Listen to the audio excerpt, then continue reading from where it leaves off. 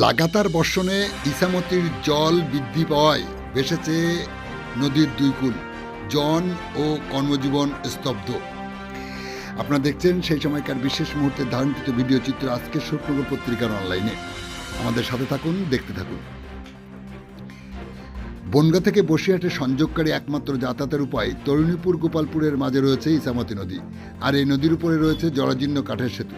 তার উপর দিয়ে চলতে হয় দুই মহকুমার হাজার হাজার মানুষের। সেই চলাচলে চরম ভোগান্তির শিকার হচ্ছেন তারা। একদিকে লাগাতার বর্ষণের ফলে ইছামতির জল বৃদ্ধি পেয়ে দুকুল ছাপিয়ে জলমগ্ন হয়ে পড়েছে গোটা বাজার। অন্যদিকে কচুরিপানায় ঢেকে রেখেছে ইছামতির বুক। সব মিলিয়ে কর্ম ও জনজীবন একেবারে স্তব্ধ হয়ে পড়ে রয়েছে শোকনগর ব্লকের। সেতুর এপারে রয়েছে বাস স্ট্যান্ড, হাটবাজার ও ওই পারে রয়েছে বনগাঁ ব্লকের গোপালপুর বাস স্ট্যান্ড সহ হাটবাজার। দুই পারে রয়েছে কোথাও হাঁটু সমান জল, আবার কোথাও কোমর সমান জল। এই পরিস্থিতির ভিতর দিয়ে সাধারণ মানুষ থেকে শুরু করে রুগী, স্কুলের ছাত্রছাত্রীরা চরম ভোগান্তির শিকার হচ্ছে প্রতিদিন।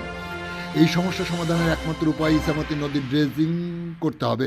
দীর্ঘদিন সংস্কার না হয় নদী হারিয়েছে গতিপথ, জমে রয়েছে পলি মাটি, তাই জল ধারণের ক্ষমতা হারিয়ে ফেলেছে প্রকৃতি।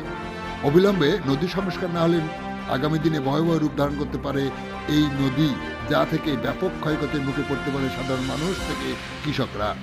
তাই অবিলম্বে ইছামতির নদী সংস্কার করা হোক, এমনটা দাবি সকলের।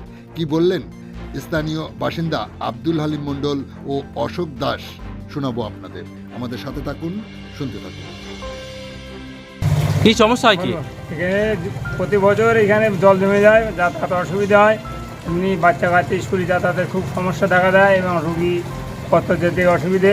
নদীর অবস্থা খুব খারাপ, ঠিক আছে। যাতে সমাধান হয় তার জন্য আমরা আবেদন করছি। আপনার নাম? আব্দুল হালিম মণ্ডল, বাড়ি কোথায়? বাড়ি বালকি। আমাদের এখানে প্রতি বছরে বুড়ে যায়। হ্যাঁ, এখান থেকে আমাদের যাতায়াত করতে খুব অসুবিধা হয়। কিন্তু স্কুলের যারা ছাত্র, যারা বাচ্চারা, তাদেরও অনেকের যেতে অসুবিধা হয়। কিন্তু অনেক সময় দেখা যায় তারা এই জলের মধ্যে পড়ে যায়। হ্যাঁ, তারা বাড়িতে গিয়ে হয়তো দেখা যায় বাবা মার কাছে হয়তো বেশি কথা শুনতে হয়। হ্যাঁ, এইসবগুলো আমাদের যে অসুবিধা হয় এগুলো সমস্যা করার জন্য তাদের কাছে আবেদন। আপনার নাম? আমার নাম অশোক দাস, কোথায় বাড়ি? বাড়ি শ্রীনাথ।